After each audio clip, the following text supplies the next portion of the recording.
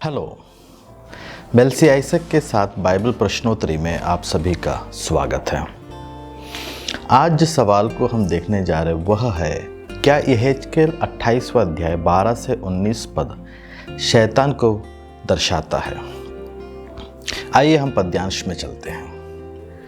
यहेजकेल 28वां अध्याय 12 से 19वां पद।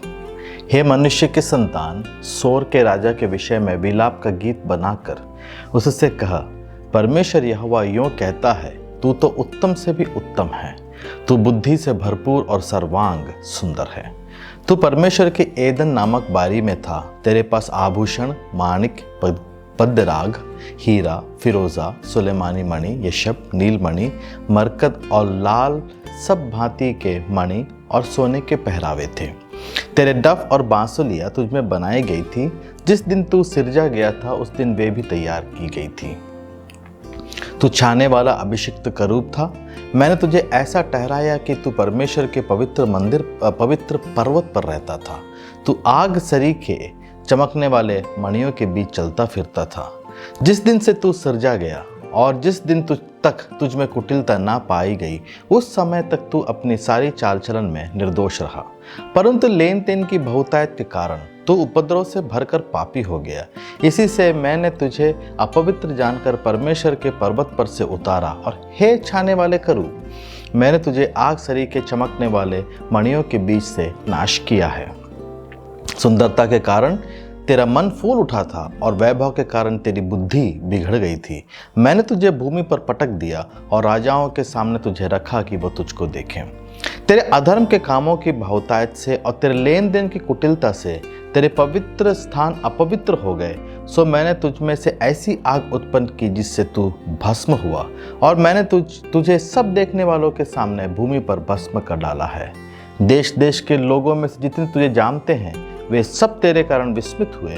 तू भय का कारण हुआ है और फिर कभी पाया न जाएगा।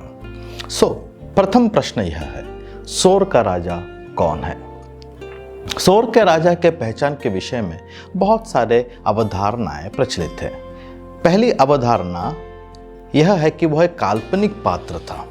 मार्गरेट ओडेल कहती हैं कि यहेजकेल ने एक धर्म वैज्ञानिक और सैद्धांतिक बिंदु को समझाने के लिए एक काल्पनिक राजा का इजाद किया, परंतु यह सिद्धांत मानने योग्य नहीं है, क्योंकि प्रथम पद कहता है, परमेश्वर यहोवा यूं कहता है।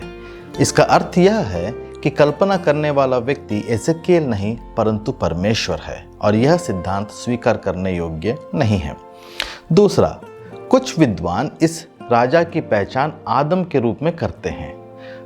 प्रसिद्ध टीकाकार कील और डेलित्स अपने प्रसिद्ध ओल्ड टेस्टामेंट टीका में कहते हैं कि सोर का राजा आदम के रूप में पहचाना जाएगा।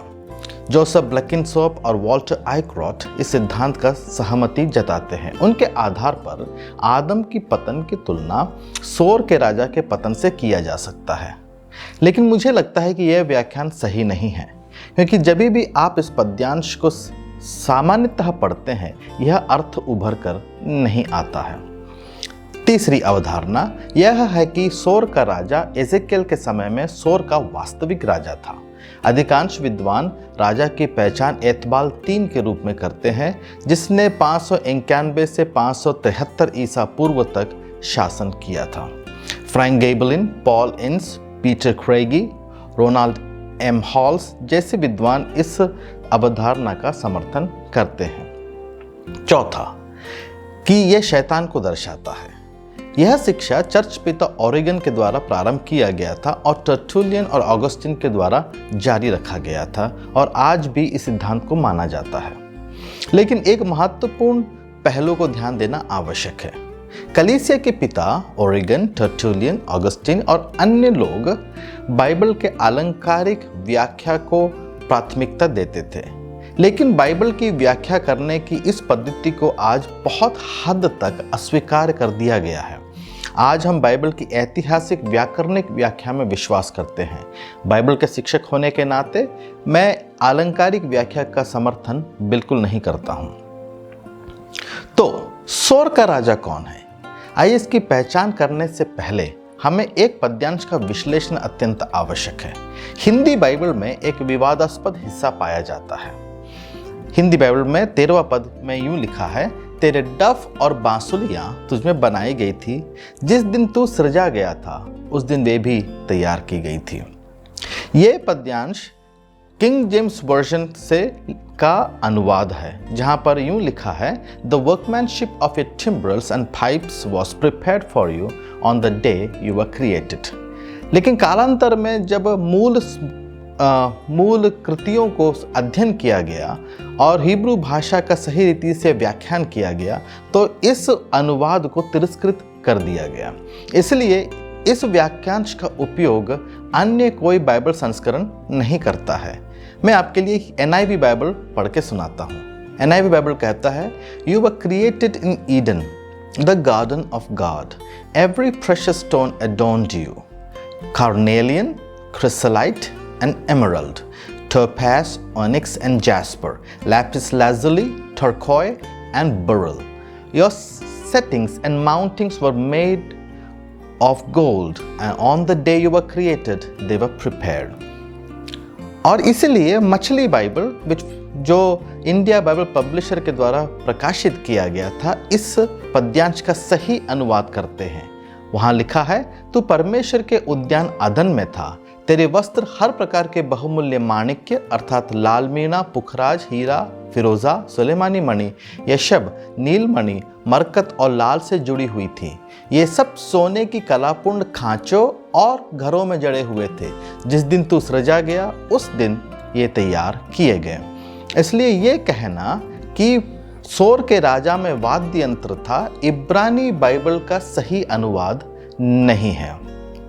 आइए अब हम सोर की राजा की पहचान के विषय पर आते हैं। यहेजकेल 31 अध्याय में एक तुलनात्मक भाग पाया जाता है। आइए उस पद्यांश को जरा हम विश्लेषण करते हैं। पहला पद, 11वें वर्ष के 3 महीने के पहले दिन को यहोवा का यह वचन मेरे पास पहुंचा, हे मनुष्य के संतान, मिस्र के राजा फिरौन और उसकी भीड़ से कहा, अपनी बड़ाई में तू किसके समान है। 8वां पद, परमेश्वर के बारी के देवदार भी उसको छिपा ना सकते थे, सनोवर उसकी टहनियों के समान भी ना थे और ना अरमोन वृक्ष उसकी शाखाओं के तुल्य थे। परमेश्वर की बारी का कोई भी वृक्ष सुंदरता में उसके बराबर ना था।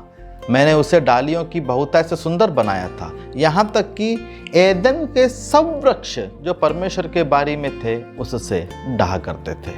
16वां 17वां पद में भी एदन की बारी के वृक्षों का विवरण पाया जाता है, लेकिन मैं 18वां पद पढ़ना चाहता हूँ। महिमा और बड़ाई के विषय में, एदन के वृक्षों में से तू किसी के समान है।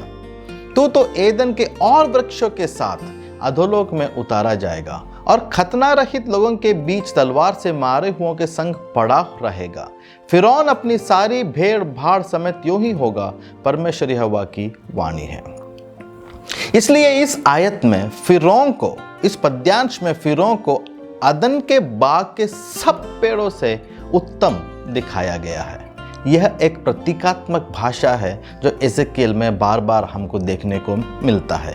इसलिए यह कहना बिल्कुल भी अनुचित ना होगा कि इसी प्रतीकात्मक भाषा का इस्तेमाल एजेकियल 28 अध्याय में भी किया गया है।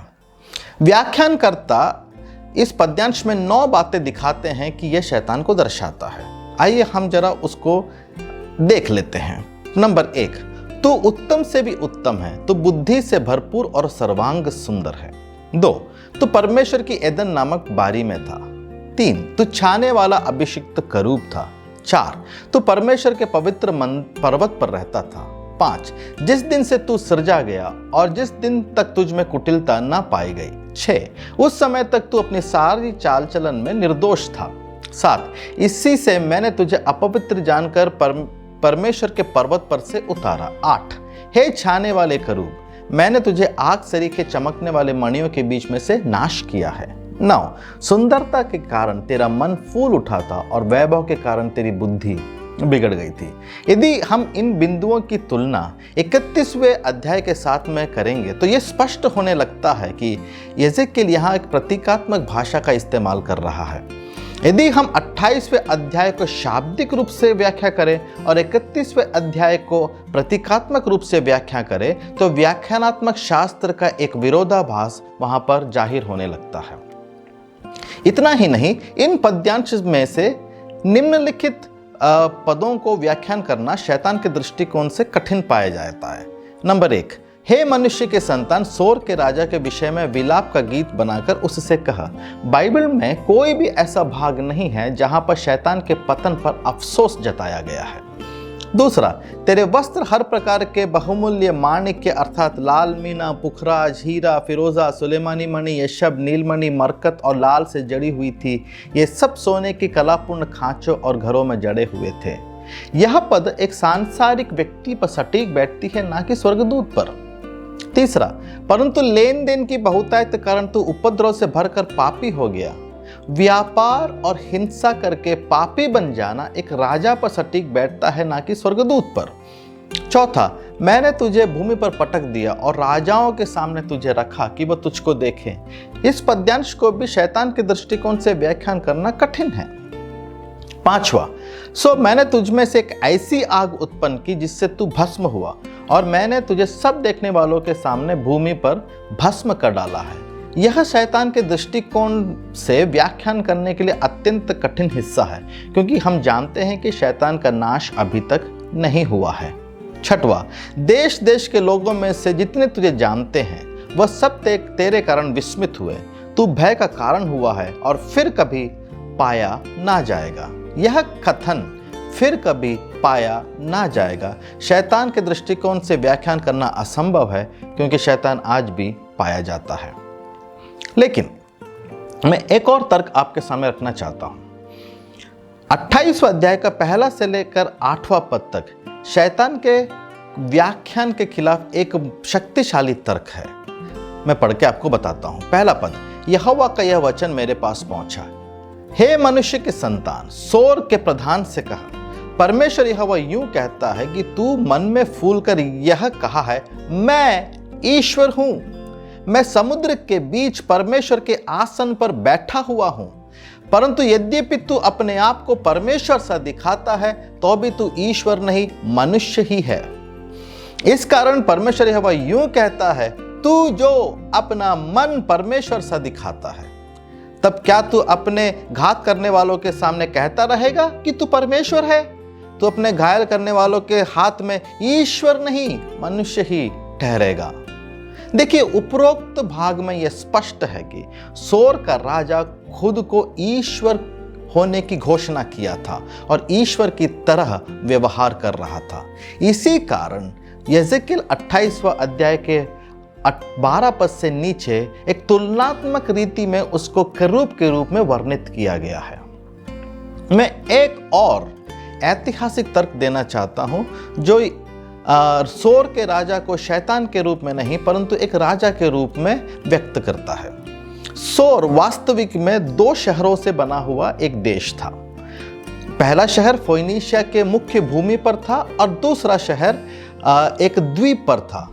राजा हीराम ने दोनों शहरों में किलों को बनवाया था। राजा हीराम वही है जिसने मंदिर बनाने हेतु सुलेमान को देवदार भेजा था। 605 ईसा पूर्व में नबुकदनेस्सर राजा ने जब फोइनिशिया के शहरों पर हमला किया तब उसने उन शहरों से शुल्क वसूलना आरंभ किया।